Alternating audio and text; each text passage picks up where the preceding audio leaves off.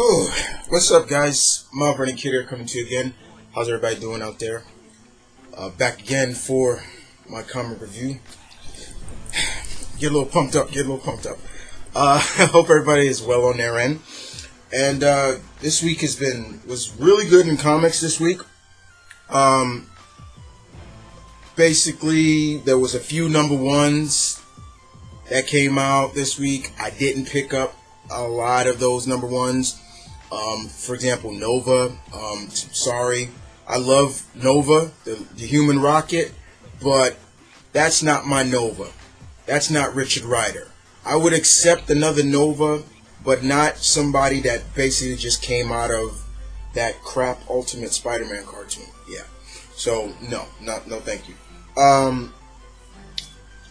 But I did. Well, I should say my significant other, my girlfriend Destiny, as promised, like she said, she was gonna pick up Justice League of America. She was gonna get 2 copies, and she was gonna give me one.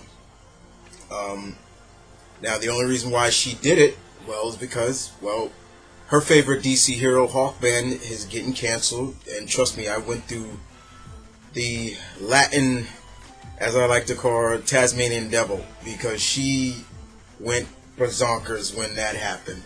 But at least she still has her favorite Marvel character, Daredevil, right?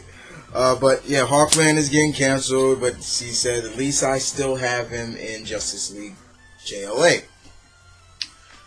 Once again, I just like to give a shout out, as always, to my Dark Avenger Inc. family, as always. And of course to my mentor, my bro, Blue Goblin. And thank you to everybody else out there who watches my weekly comic reviews. So much love and respect to all of you out there. Mainly a lot to my fellow comic lovers out there. So let's kick this off, right? Let's kick this off. I talked 2 minutes enough, just introduction, but let's kick it off. So kick it off with DC. Then we go into Independent, and we're gonna end it with Marvel. Still February. That's how I'm still gonna do the month of February's present. All right. So we'll kick it off first. I didn't put my books in boards and bags yet. I'll put them in later. But first we'll kick it off with Batwoman. This is 17. Excuse me. J.H. Williams III, artwork is great. Still does a good job. This is the conclusion to the Batwoman and Wonder Woman team up. They're still handling Medusa in this, which was really fine. I like Medusa's look. I think I'm glad that this ended, because I think personally with me, the team up kind of was running its course. It was kind of, I mean, because out of all the other books that are kind of supposed to be in the Bat universe, Batwoman had nothing to do with, what was going on. Because somebody asked me that, and I'm telling you right now, Batwoman kind of sticks to her own universe in a sense. But the major thing in this was cool to see Batwoman's cousin, Betty Kane, come back in basically a new look. She's not called Flamebird no more. She's called Hawkfire. And I'm gonna show you her right here. Basically, she takes out the guy that nearly killed her. Right here, you can see it right here. She blows this guy's face right off, like boom, as you can see. And then over here, you see her even say her name Hawking, right there, Hawkfire. So when Betty sees her, finally, when they come into contact with each other, she's like, she says to Katie, Batwoman, "Hey, cuz, how you doing?" Like, she's like, because basically, Batwoman's father trained her, so, and he's all military-esque and everything like that. But it was fine. I did like the ending of basically where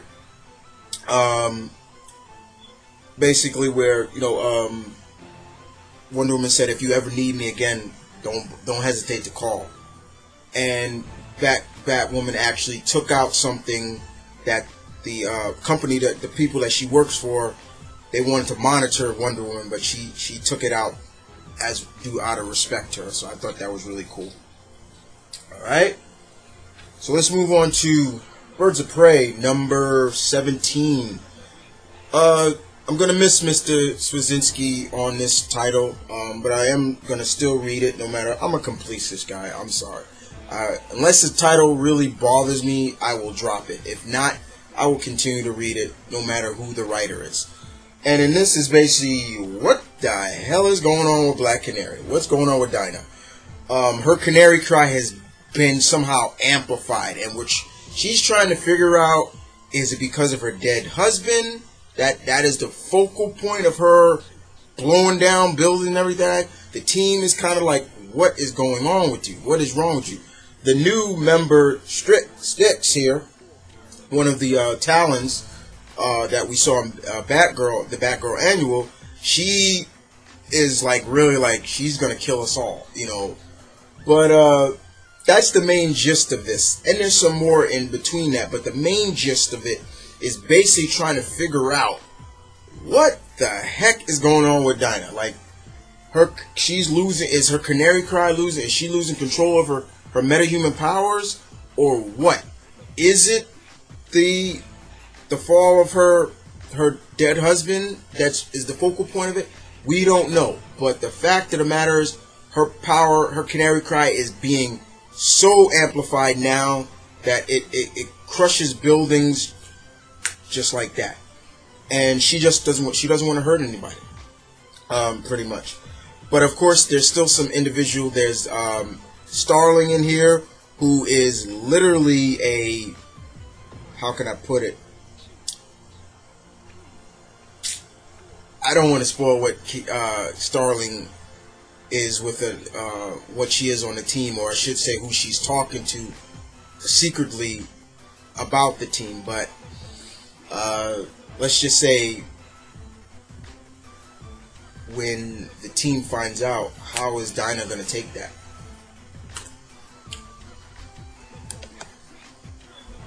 Alright, so let's move on to the next. So, yeah, we come to the conclusion of Throne of Atlantis, Justice League, number 17, John Reyes. The cover, that's a nice cover, if you can see that. See that cover? This is the conclusion. Alright. Orm, Ocean Master, Aquaman's brother. We all found out who was responsible for, who was the person that shot the first fire to cause this so-called war between Atlantis and the surface world. Somebody that Arthur thought he could trust. A former, basically, a fellow Atlantean. Arthur is blaming himself for everything, and the team is telling Arthur, it's not your fault. Orm is to blame. He's the one that killed. And Arthur's still to the point, Aquaman's like, look, if I'd have taken the throne of Atlantis, none of this would have happened. And we get to see, you know, the Justice League come back with the other members of the Reserve. It was cool. You know, we saw Black Lightning, Hawkman, Vixen, Zatanna, Firestorm, a new person called Element Woman, and people like that. But what I also want to talk about is the fight between Orm and, you know, and Arthur, and that was pretty damn badass. You know, he realized that, look, I got to take you down, and I love this spread right here. This was just beautiful. To see Arthur just beat the crap, like, he just beats the crap out of Orm, and then to the point where Orm just like, I yield, brother. Look, I yield. Right? He's just like, I yield, brother. I give. And pretty much, you know, pretty much we find out who was responsible for, you know,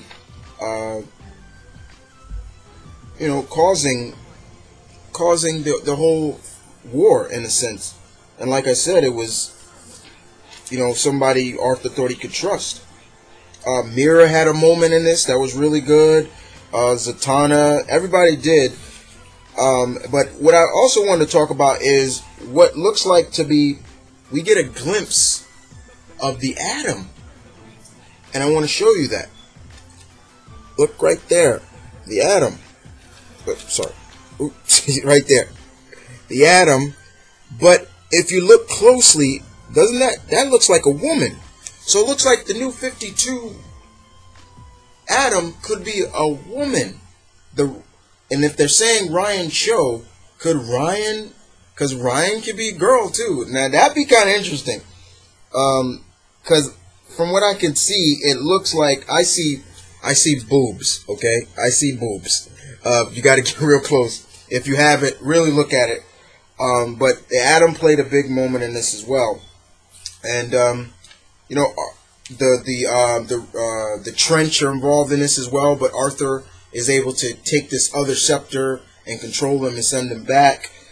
And I love where, you know, Arthur basically says to the people, the Atlanteans, he's like the person that betrayed him and the person that kind of started this Volko, he's like, take him to Atlantis so he can answer for his crimes. And then they're like, the people of Atlantis, yes, my king, and things like, yes, king. And they're about to call him Orm, but he's like, and then they said, what about King, what about Orm? And he says, he stays here. And this Orm is just like, why here? Why here? No, take me with you, brother. Like, I help, brother. I yield, brother. I yield to you. And, you know, please don't let me stay here. Like, crimes and, you know, basically, that whole saying, like a few reviews ago when I was talking about where's Arthur stand? Is it blood or with the League? Or, you know, basically, Arthur's like, I'm sorry. I'm so sorry, brother, but you committed genocide. You killed thousands of people. And Orm is trying to reason with him, saying, I did it to protect our people and everything like that. Still, you don't have diplomatic immunity. And that's what Arthur says. You have no diplomatic immunity here. So you're going to go to jail here. And he gets sent to Blackgate Prison. And pretty much, you know, Orm is just in the jail. Like, please let me speak with my brother. And then, of course, you know, Arthur has to go. He has to be king. He has to go back. But unfortunately, you know, he has a good conversation with Mira. And he's asking Mira to come with him. And we find out that Mira can't go. And then, of course, they start talking to people about Aquaman, you know, the public, and a lot of them are saying, you know, he's out of control, you know, look what he did to Superman, you know, their kids are scared to go in the water now because of that, you know, they all think he's dangerous. And, of course, here we see kind of Amanda Waller and Steve Trevor starting to put together the JLA because of this. This is why the JLA was really put together.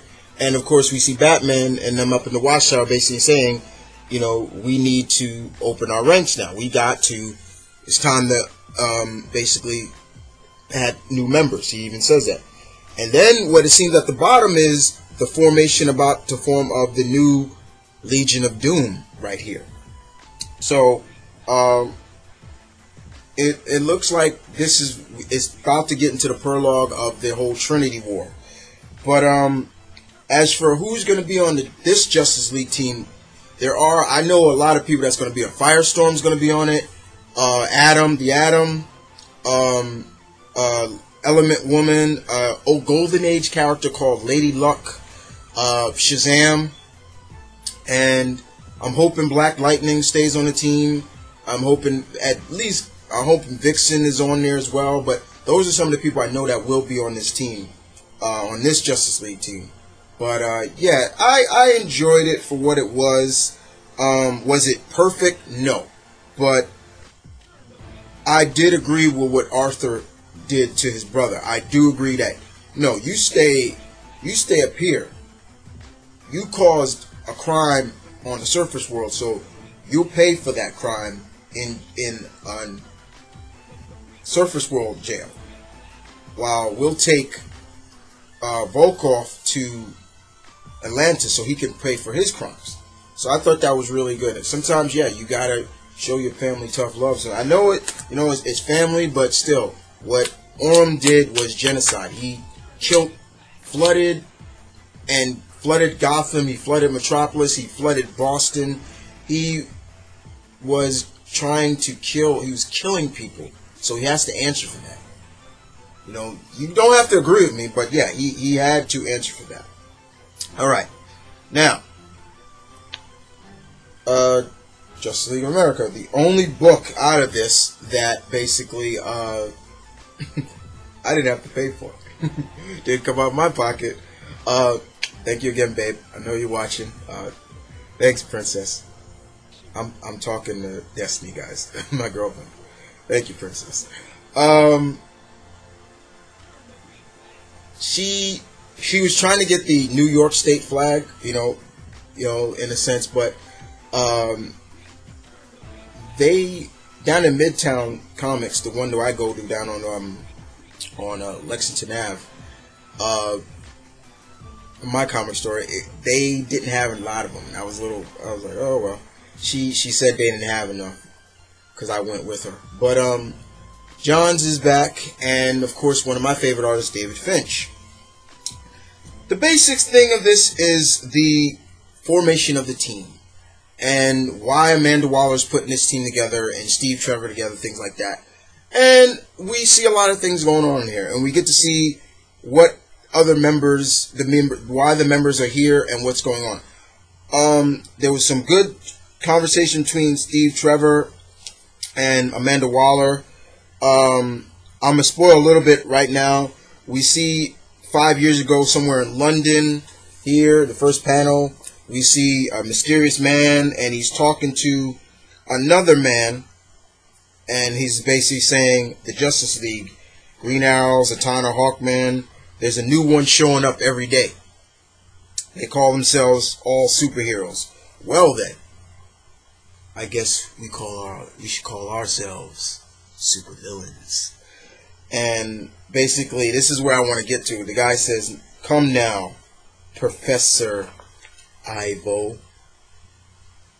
Yeah, Professor Ivo. Ooh.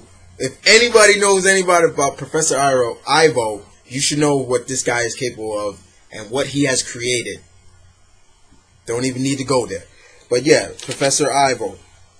And of course, we get more into it. We get to see there's a masked individual. We find out who he is at the end. He's running from something. And we kind of get a glimpse of who he's running from. It looks like basically Superman, Batman, the Trinity. But my deduction is they're androids. But yeah, Amanda Waller goes on to talk about, you know, to Steve that we got to put together this team. The basis of this team, why they're putting together, just because of what happened with Atlantis, and because just in case the Justice League flips out, goes get power hungry, and that's the main thing of why this team has been put together. And they're kind of, Amanda's pairing them up against each other, like who would take on the team. And of course, another reason why Amanda Waller is scared about this is because of this, the kiss. Yeah. And so Amanda's like, what if they have kids and everything like that? What if Wonder Woman starts using her womanly ways to persuade Superman to do this and do that and things like that? It's to the point that now that stuff is scaring them. Now, they took this image from Booster Gold.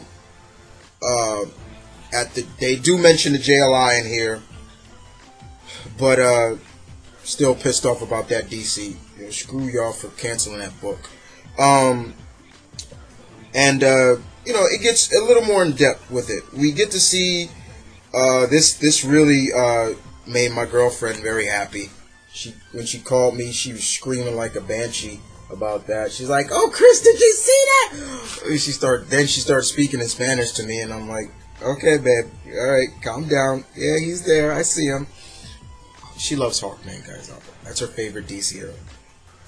And yeah, I'm not making that up. You don't hear that a lot, do you? But yes, it is. And in this issue, Hawkman kind of comes off kind of crazy. I'm like, he's attacking this guy because he thinks he's some Thanagarian prisoner, escaped prisoner, but he's not. And it was, we get to see why they want Katana, Tatsu, and I did read her first issue. I am reading that. You find those reviews on Dark Avenger Inc. Plus, as well as you'll find some other exclusive reviews on there.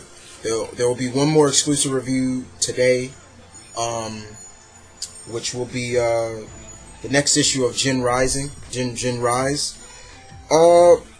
There was just a lot of things.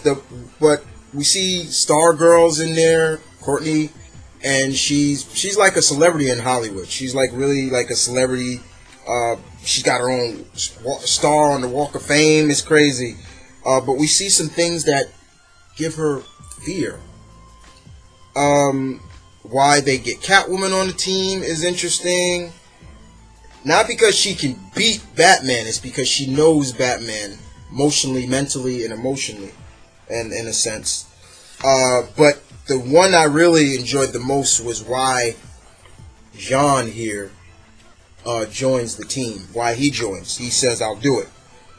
Because he knows that it's not just because of the Justice League. He says it right here. He says, I know why you're really doing this. But if Waller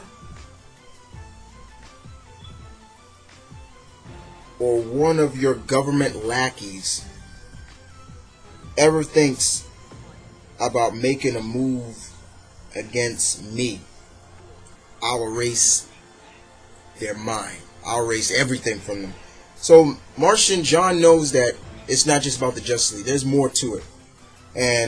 But he says, I'll help you kind of make this team work and everything like that. And we find out who the masked person at the end was. I'm not going to spoil who that is. But other than that, I must admit, not bad. But that's for John's is always like that. The first issue is always not bad, but then you start to see, personally with me, I start to see from time to time, he starts to go like this. Like that with some of his writing. Alright. So we move on to Green Lantern. Green Lantern number 17. The final story arc for Jeff Johns, Wrath of the First Lantern.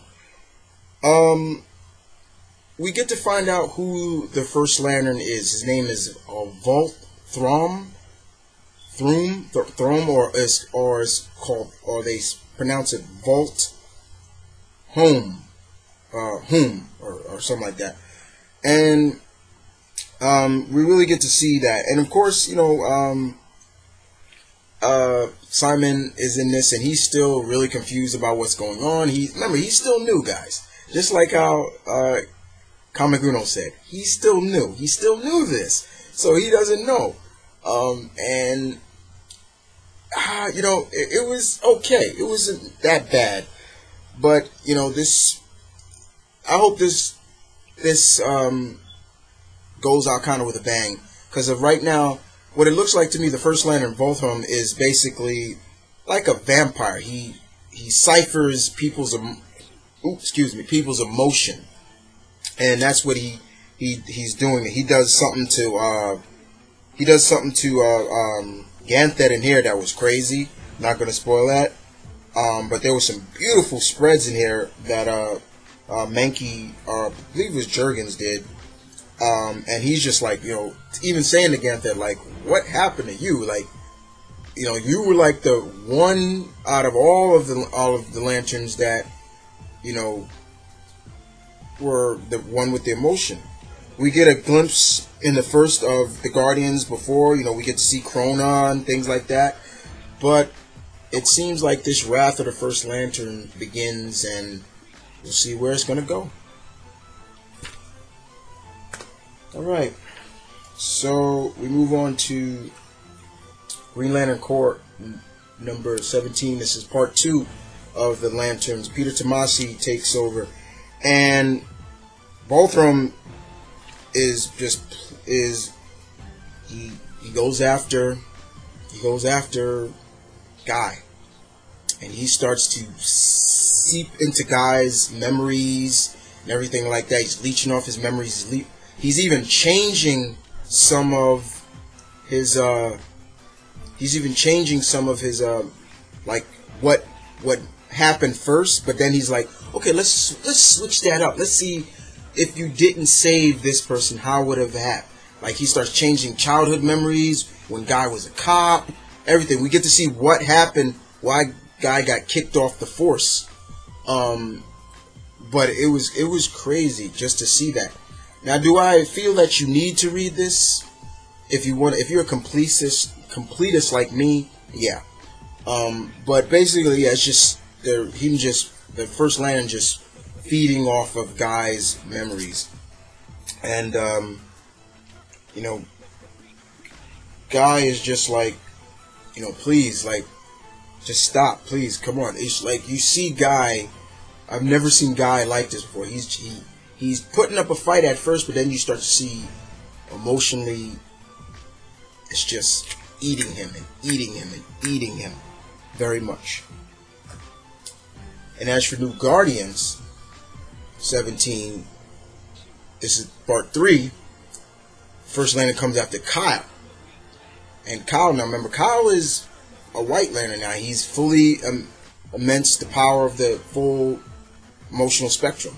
And you figure, okay, Kyle should be able to handle the First Lantern. Unfortunately, no. Even the First Lantern said, see, that power was to deal with the Guardians, but not me. And he just toys with Kyle as well, to the point of, first of all, that is a nice cover. I like that cover. But he just starts toying with Kyle and looking at his memory. He starts to figure out that Kyle is not easily swayed, you know, and he's like, why can't I do this? Why can't I change you? You know, why can't I cipher off of you? And he realizes that I can't cipher off of Kyle. But he's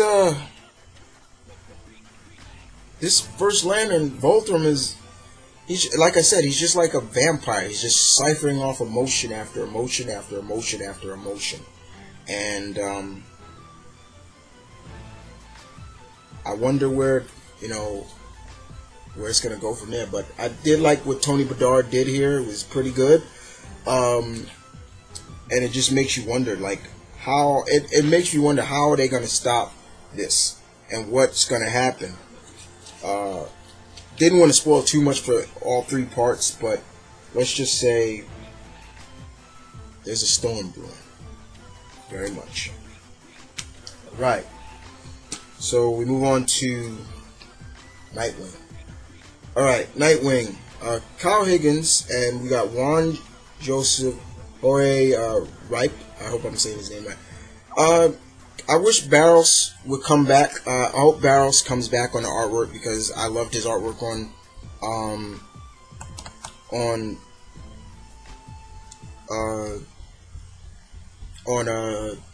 Nightwing. And basically, this is just a aftermath of what happened with the Joker. And in this, we see a lot of things, like Dick is not. He's not the same. He's kind of broken, physically and mentally. A lot of people that he knew dying, that died, Joker killed. And Dick is just like, you know, I'm fine, don't worry. Alfred's like, if you need to talk, Master Richards, come out. I'm fine, Alfred. Barbara says the same thing. You know, you could come talk to me, I'm fine. But I do have to agree with Comic Uno, what she said. I've never heard Barbara call Dick by his full name, Richard. She said Richard. She didn't say Dick. I was like, okay, that's different. You know, Lucius is saying the same thing. Lucius Fox says the same thing. Even Boss Zuko's daughter, who he's kind of in like a relationship with. Everybody is thinking, okay, Dick's okay. However, there's one that knows that he's not okay. Right there on the cover. Damien. This issue showcases some great character development for Damian, to the point where he is telling Dick, I know you're not okay. I've been following you for a week now, and I know you're not okay. And he's trying to console Dick on some things, and he really comes down to the point. He basically says, I really like you. I don't want to see you change the way you are. That's what I like about you. And that was just good stuff from Damian. I'm like, see, this is what I was looking for from Damian. Not going backwards with him being that snot-nosed brat that supposedly has been in Batman and Robin, from what a lot of people have been telling me. So that was really good. But I did like where Damian said at the end of the book, and don't tell anybody I said that about you, and please don't tell Drake I said that. Him and Tim still got like a kind of like a rivalry going. But yeah. All right, and the last book for DC, Wonder Woman. Wonder Woman 17. I like what Brian Azzarello is going this. This is war, and Wonder Woman. They have to go into the gardens of Demeter, because that's where Zola's baby is, along with to get her baby back. Demeter, and Hermes have Zola's baby. So Wonder Woman needs help to get into the gardens of Demeter so they can get her back. The funniest thing I liked in this, and that's the basis of it. The funniest thing I liked was when Orion, this is something that Orion did that was just really funny. Orion is like, he's right here. He's like, all right, go ahead. And then he gives her a slap on the ass, which is really funny. And she's just like, hey, like she smacks. I thought that was funny. I was like, oh, Orion, what are you doing? Don't do that. But that's the main gist of this, is, getting the baby back. For, Wonder Woman helping her friend, Zola. That's her first kid. And maybe if it is a child of Zeus, but still her friend, still for her friend. And, her little, I think it's her sister or brother, because we all know now Wonder Woman is the daughter of Zeus, so, but it was good. I enjoyed it. Alright, so, we move on to, basically, Independent, and we're going to kick it off with, Bionic Woman, number 8. Cool cover, right? Yeah. So, Jamie is still dealing with the fembots that we saw in the last issue. And she realized that some of them they're sentient, and they want to be free. And they want to know where their creator is. So, they travel to Russia, which seems to be where their creators might be. And they get into all kinds of trouble and things like that. I love how the fembot was basically saying, yeah, they're fembots. That's the name. That's what they call them. Basically, where the fembot is like, you're a fellow robot like us. And, Jamie's got to say, Jamie is like, no, I'm not a robot. I'm not an android. Only parts of me are cybernetic, and things like that. Her, her legs, her arms, and things like that. But it was really funny. I loved how Jamie had to always tell one of the fembots, like, what was her name? What was that fembot's name again? Let's see. I think her name is Katie. She's like, you got to talk about sexual profile and things like that. And she's like, I've analyzed sexual profile and things like that. I found that this and everything. And, she monitors the World Wide Web, and she's like, you got to know how to talk to people. And because there's one guy that comes up to her and she's like, no, we don't want your advances. We're not interested in you. Go away. And we don't want a sexual encounter with you. And Jamie's like, I'm not with her. Like, just there's a look on her face. It's just like, just killed it. I thought it was really funny. Another thing that was funny was where Jamie was like, she says, her friend Nora, who's still in the hospital from her accident, she's like, if your friend Nora has a secret Tumblr account, with some because they were looking at a doll, and she was like, most men just like women with big breasts and things like that, and and then she says, it looks like your friend Nora, and because she was looking at this doll right here, and Jamie says, no, she doesn't. How do you know about Nora? And she's like, oh, I know a lot about Nora. Do you know she has a secret Tumblr account where she posts some very interesting pictures of herself? I could transfer her files to your system. And Jamie's like, no, don't do that. Oh, too late. And she's like, all files successfully transferred. And so Jamie's in her head is looking at them. She's like, oh, yep. Oh, God. Like, it was just really funny. I thought that was funny. But other than that, this is just another fun issue of the Bionic Woman. I love it. Paul Tobin still does a very good job on this, as well as Juan Antonio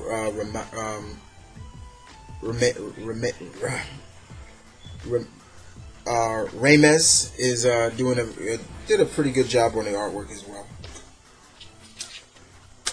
So we move on to the Lord of the Jungle 13. Alright. Avent Nielsen just still is doing a fantastic job with this Tarzan series. Roberto Castro's artwork is gorgeous. It suits the feel of Tarzan, and this is all still about Opar, but more importantly, Rokoff is still trying to find Opar, and he has Jane and Clayton captive. However, there's a death in this book, but I don't want to spoil whose death it is. But if you think it's Jane, it's not Jane's. And unfortunately, you know what? Let me just show you. Rokoff kills John Clayton, Cecil Clayton. It's not and pretty much that's where Clayton tells Jane the truth about who the true Lord of Greystone is and things like that. And he dies. I mean, he had a 6-foot-inch Bowie knife stuck in his heart, so it wasn't going down like that. However, Tarzan comes back when he finds out that Rokoff has Jane. That just sends him like, alright, I'm pissed off now. Alright, you got Jane. Alright. And he pretty much tries to go after him. Unfortunately, he knows that if he tries to attack, he's putting Jane in danger because Rokoff has her as a hostage. So he doesn't want to try anything stupid. So he bides his time, and he's setting up a plan to attack Rokoff. And it all leads back to Opar. And we see basically Tarzan getting painted up, with the Waziri tribe, and the final showdown is about to happen. You see Tarzan here, just getting ready, geared up. But yeah, it was good, very good indeed. I'm loving that series. Another Dynamite series I've been loving is Spider number 9. David Liss killing it on this title. Ivan Rodriguez's artwork is good, but I want Colton Worley back. I want him back on this title. So we still know that there is basically there are saboteurs in the Wentworthy company that are trying to bring down the company. And there's this man called the Hater that has hypnotized Nita to kill the man she loves. And who does she love? She loves Richard, aka the Spider. So she's hypnotized and she's trying to kill him. However, he's able to free him, and he takes him to one of his allies, who is Professor Brownlee at Columbia University. And he starts to get down to the bottom. Richard starts to get down to the bottom of who the saboteur is in the company and why there are saboteurs in there.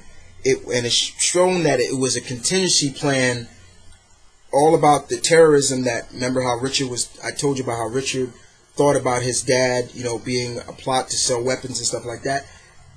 They always figured that Richard's dad would sell out them. So they put a contingency plan. If that happens, to burn the whole company down. But Richard's not going to let that happen. And it gets really, really in depth to the point now. It's just, oh man, I don't want to spoil too much for you, but the Spider's just been really good. Very good stuff. DYNAMITE just is doing a fantastic job with reinventing these pulp characters. And soon we're going to get, there are characters that are coming that if you do read the Mask series, like for example, Ms. Fury is coming in her own title. Looking forward to that. And Black Bat is also getting a title. All these characters you can find in the Mask series, the Mask mini-series. But yeah, other than that, good stuff.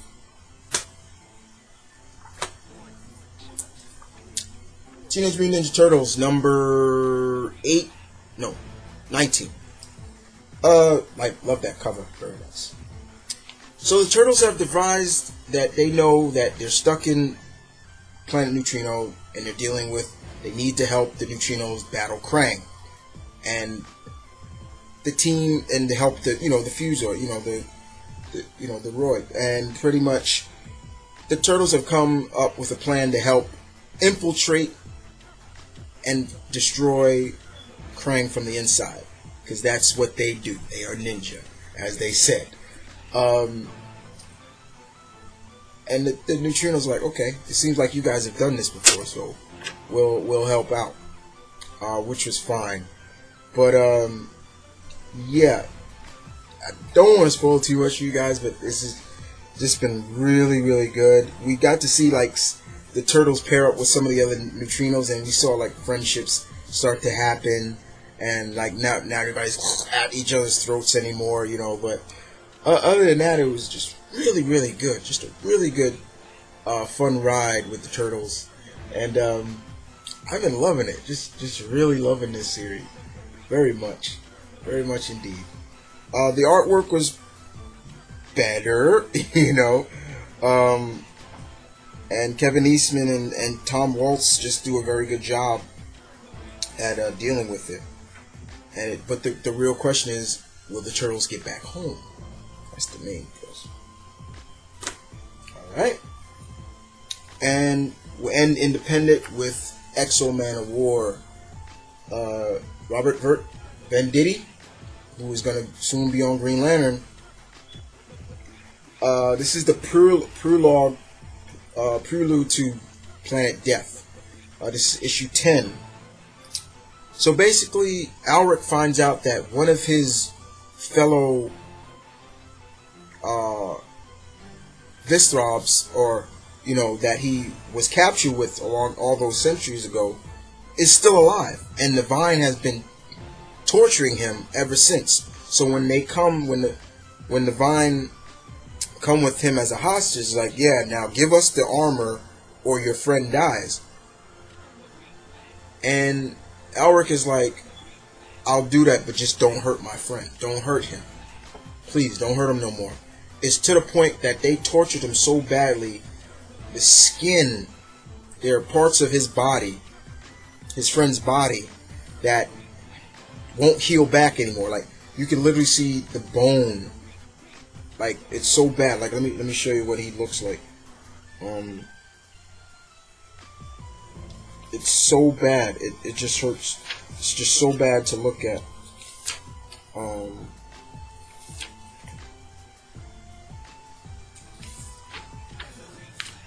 Look at that. Here it is. Look at that.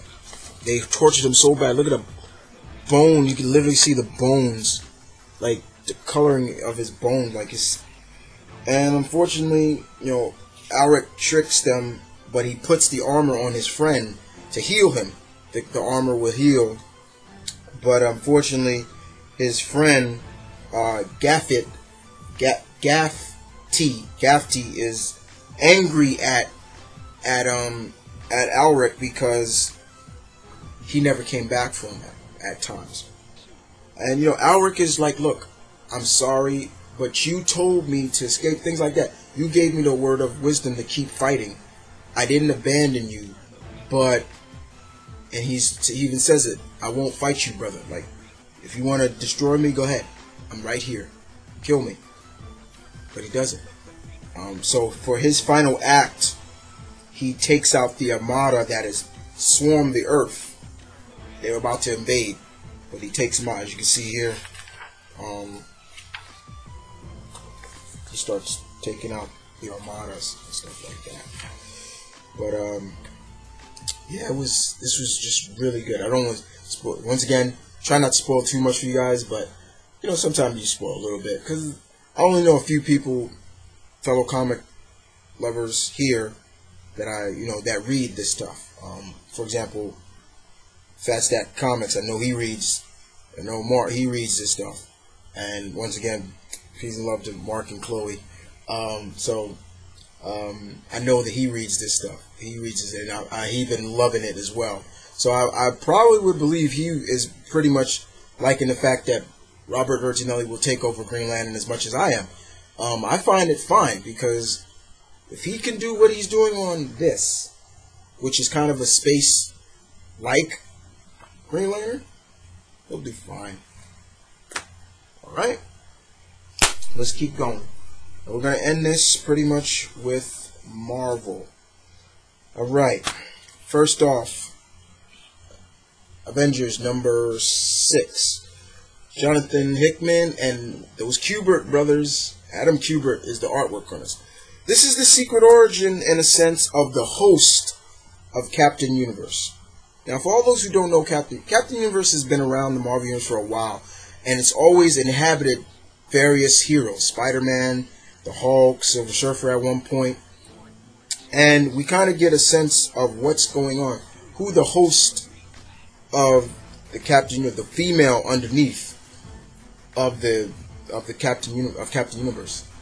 And you see in this book, Captain Universe is sitting down with Shang-Chi, and they're going over details of who and what the host is. And all the time, the Captain Universe keeps saying the host is broken, she's hurt, things like that. And we get a sense of who she is. Her name is Tamira,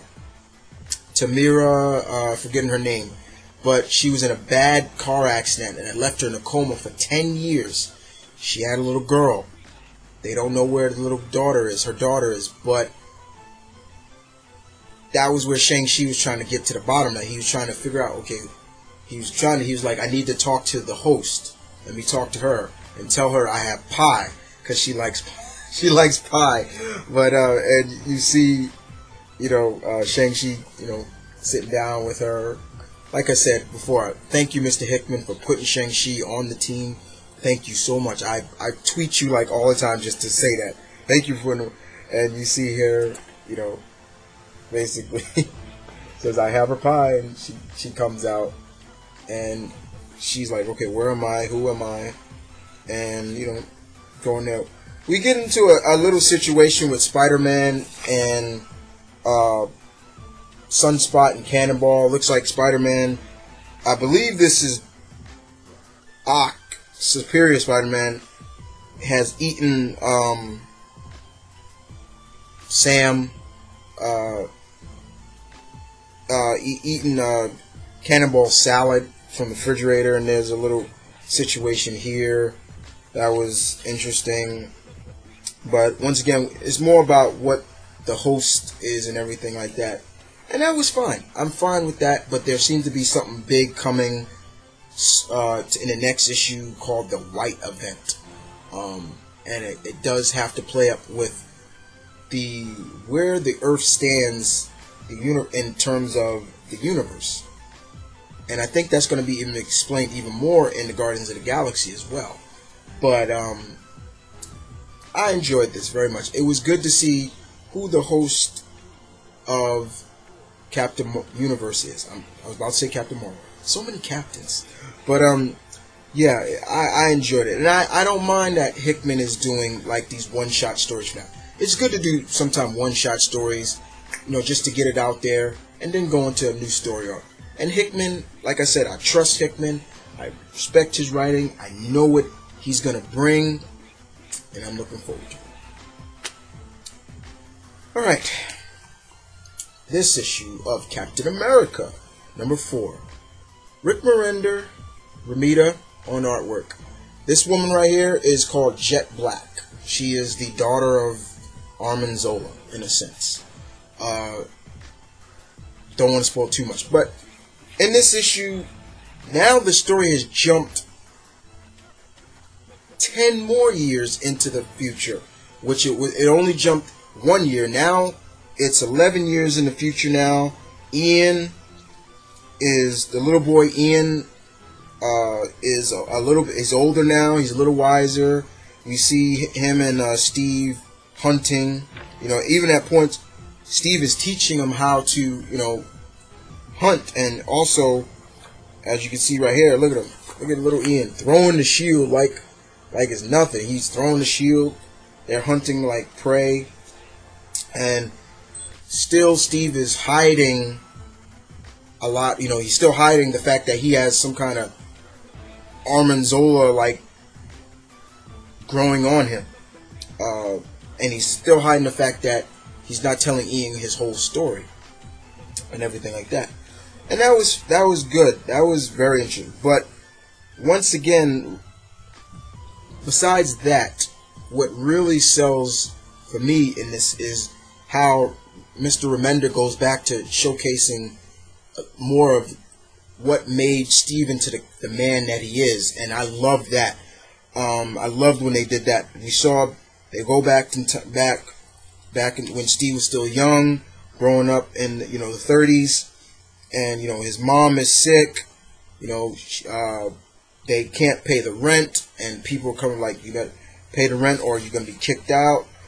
And this is during the Great Depression, so you can't really, you can't really deal with that. But of course, he goes asking for help, like, look, my mom's sick, I need. And we see Steve do something that he's not proud of, but he does it to help his mom. He steals. And I was like, Steve stealing? Whoa, hey, whoa, huh? But it was something that his mother said. He says, don't worry, Mom, I got the medicine. I've been working. I'm working a new job now, and it'll be okay. I'll keep working, and I'll get us what we need just till you're better again, okay? I promise. I'll do whatever it takes. And I love this line from his mom. Not whatever it takes, Steve. I don't know where you got this money, but you listen to me. Your father let his circumstances change him from a good man to a weak one. You promise me you'll never do the same, Steve. You promise me no matter what, you'll be a good and honorable man, no matter the circumstances. It would kill me to see these hard times change you. You are a good person, Steve. I love that line. That line was, I was like, perfect. So what does Steve do the next day? The person that he robbed, he goes back, tells the guy, look, I'm the kid that robbed from you. I'm sorry, but my mom was sick, but I'll work here to pay off the debt. Guy says, a broom and mop in the back. Start before I change my mind. So yeah, there you go. And then of course, does Steve tell Ian about what's going on? Yeah, he does. He even shows him like what's going on, and you see right here, This is what Zola was doing when they were experimenting on him. And Jet Black is coming too. Ian's sister, his biological birth sister. But it was still good, very good. I enjoyed it. I enjoyed that very much. All right, and it was good to see Steve. Steve will make. If Steve ever have kids with Sharon or so, it shows right there he'll make a good dad. He'll make a good dad. As for Captain Marvel, it's still Kelly Sue Connick still does a good job writing. We're still going into the fact that Carol can't fly. The doctor says she can't fly, or something's gonna bad happen to her. The artwork in this, not so good.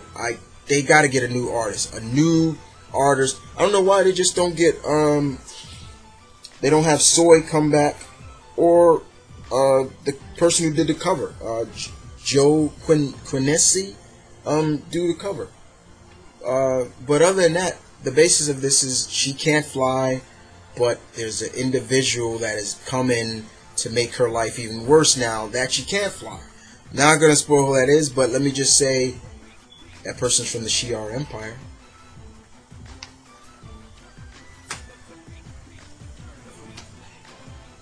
Daredevil.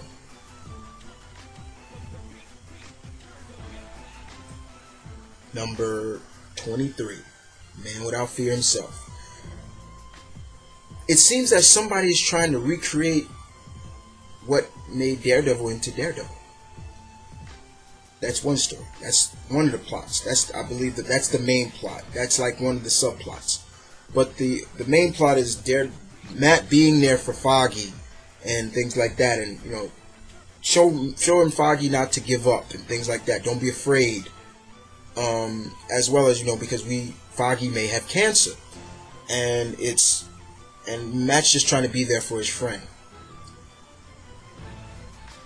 And unfortunately, the people who are trying to recreate people like Daredevil kind of do succeed. And Daredevil has to fight guys that are just like him, who have radar sense, just like him in a sense.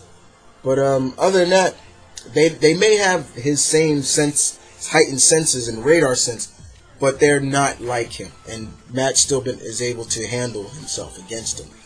But it's the ending that really is like, oh no, especially for Foggy. Very, very intense. But it was good nonetheless. Magic Wade, like I said, people. Magic Wade. Alright. Indestructible Hulk. Number 4. Mark Waid. Magic Wade. Basically, Hulk and Atuma. Yeah. That's basically what this is. It's S.H.I.E.L.D. needs to... They send the Hulk in to take on Atuma. And I believe this is just going to be a 2-part story. But other than that, it was fine. I love how, we do get to see, Bruce lives in his own town called Bannerville. He gets to meet his research team now, his assistants, and they're all like, they're just waiting for him to change. Like, it's just like, oh, he's gonna change, and if he gets mad and stuff, it is really funny. But of course, when the acting director, Maria Hill, yes, she's not the director of S.H.I.E.L.D.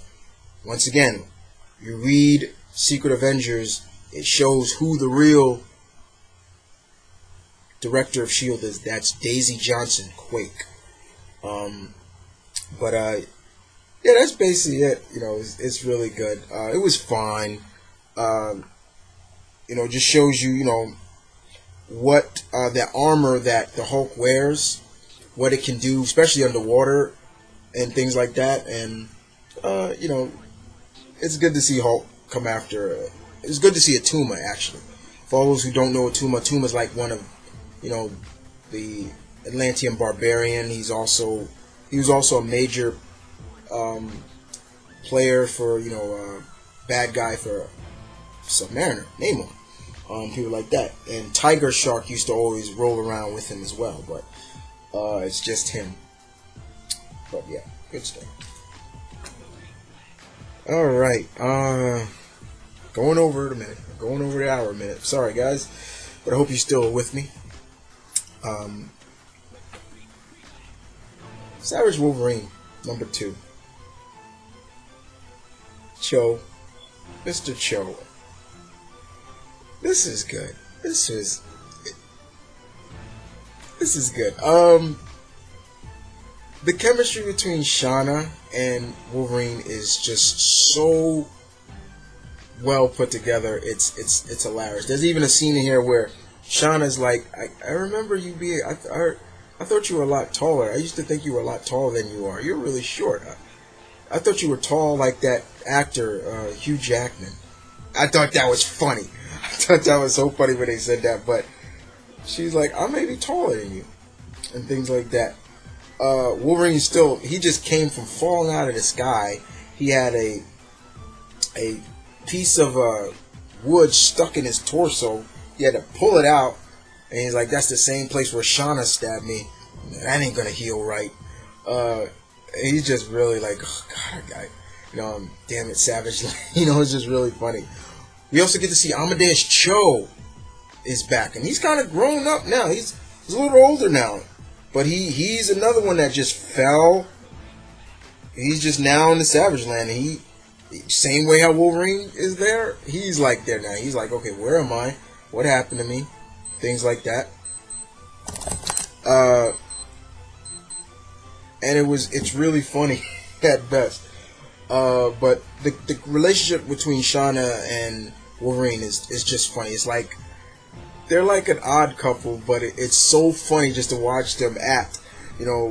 Sometimes he's like, you got to work on your people skills, and and Shauna's like, that's back at you too. But yeah, Cho still draws just very good artwork. Especially, I think a lot of people are saying how he draws Shauna.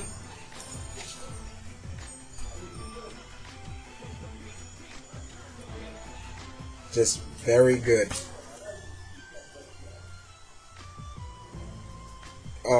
He still draws her very well. It was cool to see Shauna use a gun, but it was fun. I thought this was a lot of fun. It's now. Will I be picking up the other Wolverine series? No, I won't. I won't be picking that up. I like this. This is just fine. I liked how Wolverine was like pissed off at Shauna because Shauna used him as bait to lure these like velociraptors into a trap. But other than that, I really enjoyed Savage Wolverine number 2. I'm looking forward to reading the rest of how Shauna and Wolverine are gonna get out of this part of the Savage Land, this island, and when are they gonna come in contact with Amadeus Cho? So yeah, it was fun. All right, still with me, guys? I hope you're still with me. Basically, guys, Superior Spider-Man number 14. Basically, number 4. And Menace is back. Massacre is back. I don't want to spoil too much for you, but he is back, and Slott has killed off another classic Spider-Man ally that it's been a long time since we've seen her, but I wish that character didn't die. It is a female. Massacre kills her. It's a her. Yes, it's a her. And of course, more stuff with Ock is just crazy. As you could, basically, Ock now has eyes all around the city. He's created like these spider-like bots that will be like his eyes and ears all over the city, and not just the usual patrol area for Spider-Man. And unfortunately, Doc is really like getting full of himself now, and it's to the point where the Peter ghost or conscience is just like, you can't do this. I mean, he's with Aunt May. Aunt May can't have surgery because she's too old, and it's and the only best way that it's about her leg, so she needs to wear a cane, use a cane. And he's like, no, that's not going to work for me. So he pretty much goes into Horizon and starts working on ideas to create,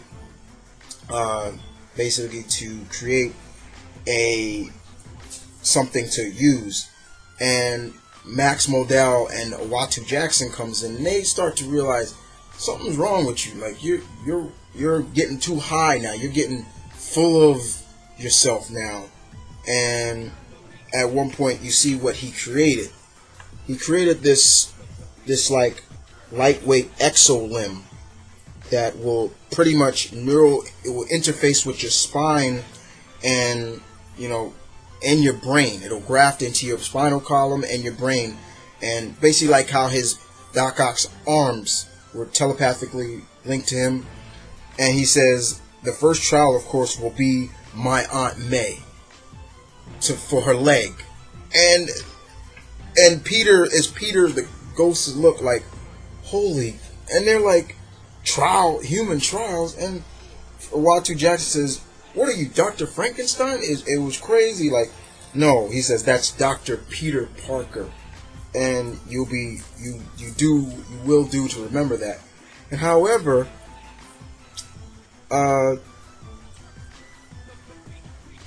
Max is like, actually, it's Mr. Peter Parker. I'm familiar with your resume, and basically, on top of everything else, your credential, basically, you have no doctorate saying that you're a doctor. So Doc Ock gets a little pissed off at it. He's like, what? That can't be right. Accessing memory. And so he said that out loud. So everybody's like, access memory? Is he losing it? And Peter's like, you can search all you want, Doc, but you won't find. I don't have a doctor. I'm not Dr. Peter Parker. And he's like, that's unacceptable. He starts throwing stuff around the room and stuff. It's like, so he's all pissed off about it. So what does basically Doc Ock do? He goes back to college so he can get his doctorate for Peter Parker. It's crazy. It's just really crazy. But that person that Massacre kills, very special person, and I was like, oh, Mr. Slot, why'd you kill her off?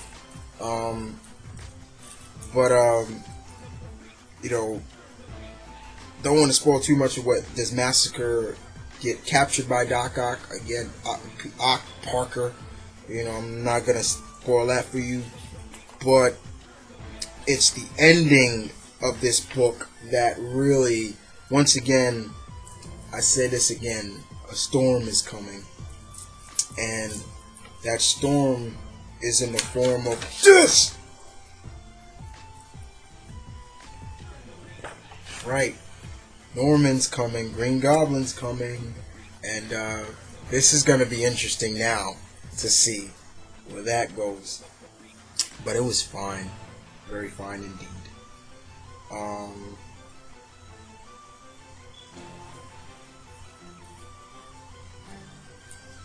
Thor God of Thunder, number 5. This is the final part to the God Butcher.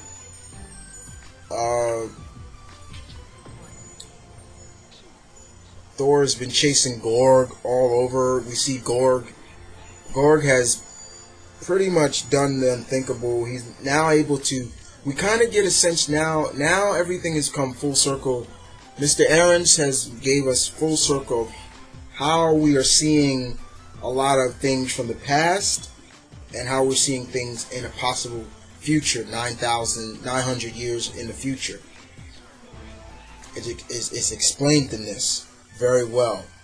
And without spoiling too much, let's just say it made a lot of sense, and I was very impressed at what Aarons has been doing with this title.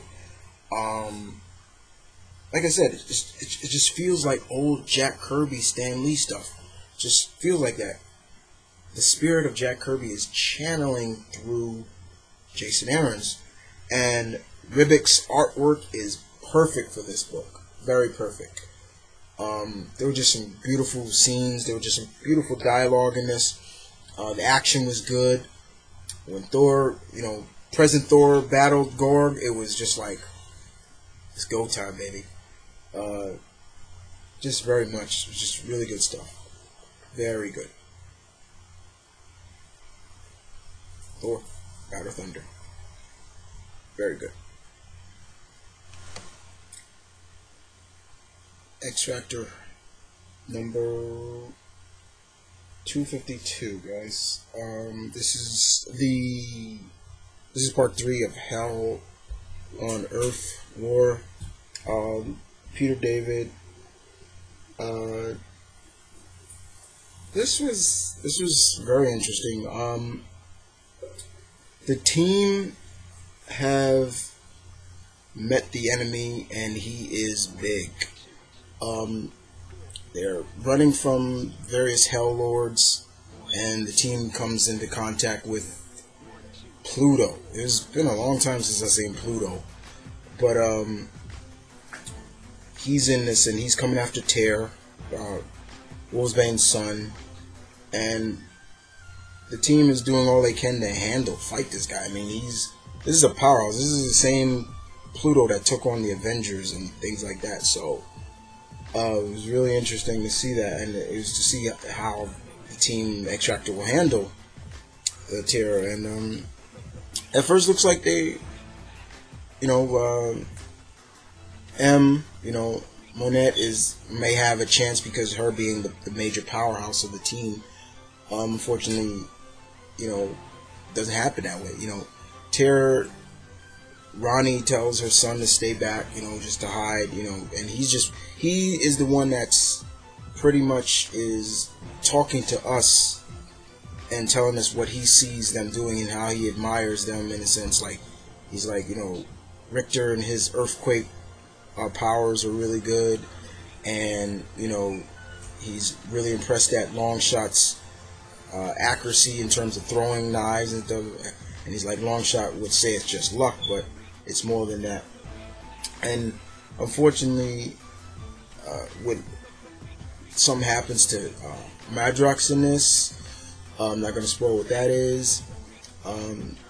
But Terra does something in this that was just unbelievable, which I'm not going to spoil either. But let's just say it has put in kind of the fear with the other Hell Lords now for what they saw, what he did, especially to Pluto. But other than that, it was still very good. I did enjoy it. Can't wait to see the next issue, because like I said, something happens to Jamie Madrox, multiple man in this. So yeah, definitely a very good, another good issue by Peter David. Still does a good job. He's getting well, pretty good from his stroke, and that's good to know as always. But other than that, guys, that's it. I know it's been long, but yeah. As always, remember, guys, you catch an exclusive review on Dark Avenger Inc. Plus, which I'll be putting up soon as well. But I'll see you guys next week, God willing. What do I? Let's see. What's special coming out next week?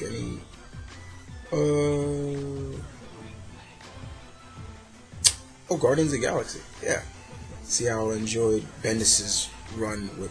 See how I enjoyed Bendis's first take with the Guardians. But other than that, you guys take care, and I'll see you guys next time.